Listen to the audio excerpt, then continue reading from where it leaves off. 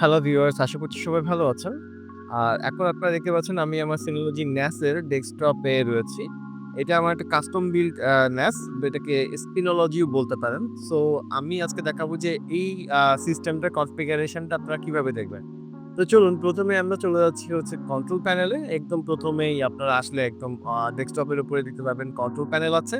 আর control panel থেকে এই যে এখানে ইনফো সেন্টারের উপর ক্লিক করলেই আপনারা চলে আসবেন হচ্ছে আপনাদের যে সিস্টেম কনফিগারেশন যে ইনফরমেশন পেজ বা অ্যাবাউট পেজ বা আপনি বলতে পারেন স্ট্যাটাস পেজ সেখানে।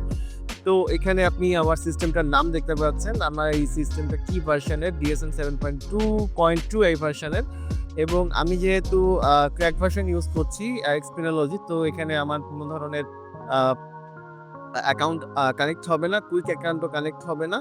আ যেহেতু আমার এটা অফিসিয়াল না। তো সিরিয়াল নাম্বারটা আপনারা এখানে দেখতে পাচ্ছেন, মডেল নাম্বারটা দেখতে পাচ্ছেন। আর এখানে দেখতে পাচ্ছেন যে আমার সিপিইউ এখানে দেখাচ্ছে AMD Ryzen 4 i7 3, এটা আসলে আমার Intel Core i7 এর একটা আ মা ডিভাইস, বাট এখানে কেন AMD Ryzen লিখেছে এটা আমার জানা নেই। তো ক্লক স্পিড এখানে 2 গিগাহার্টজ দেখাচ্ছে, হতে পারে এরকম কিছু। কোর্স 2, থ্রেড 4 এগুলো তো ঠিকই আছে। 7 3rd জেন এর একটা Core i7 পিসি। সো এখানে কিন্তু বাদবাকি আরো অনেক ইনফরমেশন এখানে দিচ্ছে যে ইউএসবি টাইপ বা ইউএসবি তে কি ধরনের কার্ড রিডার কানেক্টেড আছে।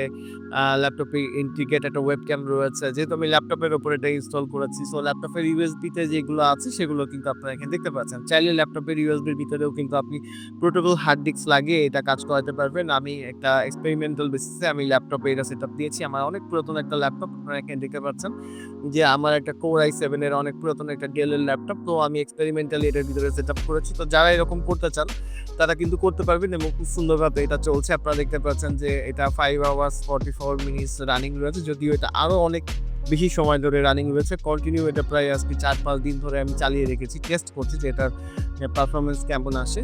সো এটার নেটওয়ার্কে আমি 100 Mbps এর একটা ক্যাবল লাগিয়েছি। সো এখানে সে কারণে এটা 100 Mbps ফুল ডুপ্লেক্স পাচ্ছে। যদি আমি এখানে 1G র ক্যাবল লাগাতাম, ক্যাবলের ব্যাপার আছে এখানে। অবশ্যই ক্যাবলগুলা বুঝে নিবেন যেটাতে মানে সবগুলো ক্যাবলের যে কালার গুলো থাকে, পোর্ট গুলো থাকে, যে দাগগুলো থাকে, দাঁতগুলো থাকে বলা হয়, সেগুলো যদি ৮ টা দাঁত থাকে, ৮ টা দাঁতওয়ালা যে ক্যাবলগুলো আছে সেগুলা হচ্ছে আপনার 1 Gbps পাবে। আর বাদবাকি যেটা ৪ দাঁতওয়ালা ক্যাবল রয়েছে বা ৮ টা দাঁতই থাকবে কিন্তু ৪ টে ক্যাবল থাকবে, সেটাতে হচ্ছে 100 Mbps পাবে। তো এই বিষয়ে ভবিষ্যতে আরো অনেক কথা হবে হয়তোবা। চ্যানেলটি সাবস্ক্রাইব করে রাখবেন।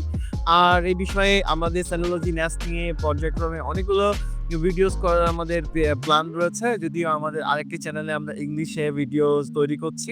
তো আজকে এ পর্যন্তই। ভিডিও ভালো লাগলে বা আপনারা এই সম্পর্কে আর কি জানতে চাচ্ছেন সেগুলো যদি আমাদেরকে কমেন্টে জানান, তাহলে আমরা সেগুলো নিয়ে কাজ করব এবং সেগুলো নিয়ে টিউটোরিয়াল দেওয়ার চেষ্টা করব। আজকে এ পর্যন্তই। Have a good day. Tata.